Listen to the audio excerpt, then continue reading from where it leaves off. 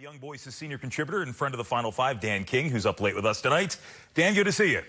Always a pleasure, Jim. Okay, so in the 20 years that I've been doing news, there are two issues that I never thought we would see action on the federal level taken on. One was marriage equality. I mean, I never thought that we would see that come to this point in our country where it has been embraced, it has been passed.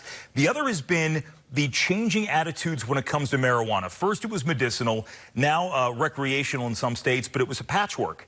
This is an effort to decriminalize it on the national level. Why is this such a significant step for the Congress? Well, first off, if you look at it, the American people are way ahead of Congress on this. For the past few years, the vast majority of Americans have supported full legalization of marijuana. But this is a massive step because, as you mentioned, Jim, currently the way our structure is set up, certain states have decriminalized, certain states have medical, certain states have recreational, in others still have it entirely outlawed. So that patchwork just wasn't sustainable moving forward. So it's definitely time to decriminalize it and legalize it nationally. There are people who are still very wary of it, and they believe that there are ill effects, that it is a gateway to harder drugs down the line. These are attitudes that will not change, and many people still feel that way. Now, when you look at the vote today, it was, 228 to 164. You had 5 Republicans voting with the Democrats to pass it, 6 Democrats voting against it. And it made for some pretty strange bedfellows, because I never thought I would see a vote where you would have mostly Democrats and then Matt Gaetz's name is part of that. But why is this an important issue even for some Republicans?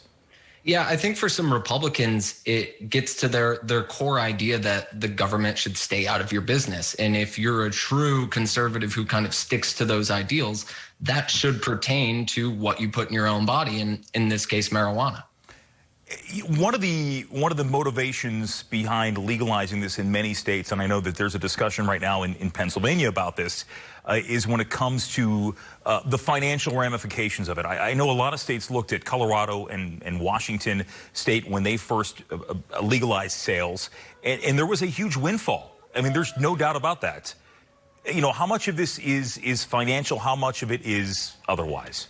Yeah, I think it's a little bit of both. I think Virginia just had a study that came out that said, I think the number was $300 million it would add in tax revenue to legalize in Virginia, and it would also create 11,000 jobs. So there's definitely economic benefits from it, but there's also the fact that we're incarcerating somewhere around 2,000 people per year strictly on marijuana offenses, and it's not stopping people from using drugs. It's just locking them up at taxpayer expense. Congresswoman Tulsi Gabbard, who was leaving the House after this term, she brought up that point when it comes to criminal records. This is something that would be part of it and we'll talk about the chances in the Senate in a quick second, but that is another component of it. It's not just about decriminalizing it, but it's about looking at the legalities and looking at past convictions and initiating a process there.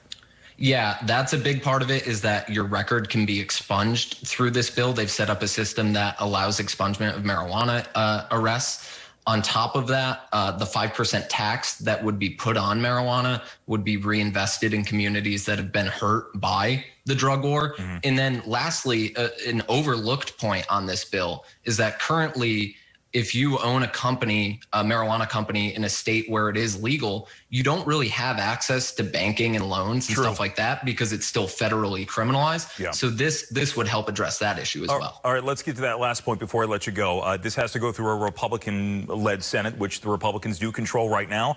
There is a runoff coming up in January that may change the calculus of that. But is there any chance, if Republicans hold on to the Senate, and really if Democrats flip the Senate, does this stand a chance there? It's tricky. You're certainly not going to get to the 60 vote threshold to make it filibuster proof, but I do see situations where you could get to 50. There's 3 libertarian leaning Republicans who probably are going to oppose the tax aspect of it: Rand Paul, Steve Daines, and Mike Lee. So it's going to be interesting to see how they vote on it. But then you also look at the 2 moderates that things come down to a lot: Lisa Murkowski and Susan Collins. They're both well known as moderates. They both come from states that have legal marijuana, so their constituents support it. And then there's 3 what I'm calling wild card Republicans who I'm paying attention to because they have fairly good records on marijuana in the past.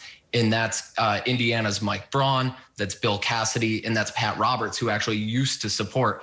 But then on the Democrat side, you're losing Joe Manchin, who probably won't vote West Virginia, right? Decriminalization. So it's going to be a very interesting vote. All right. We're going to keep our eyes on this one. Look, normally lame duck congressional sessions there's nothing going on, but clearly we're watching a lot. Dan King, good to see you again. Have a great weekend.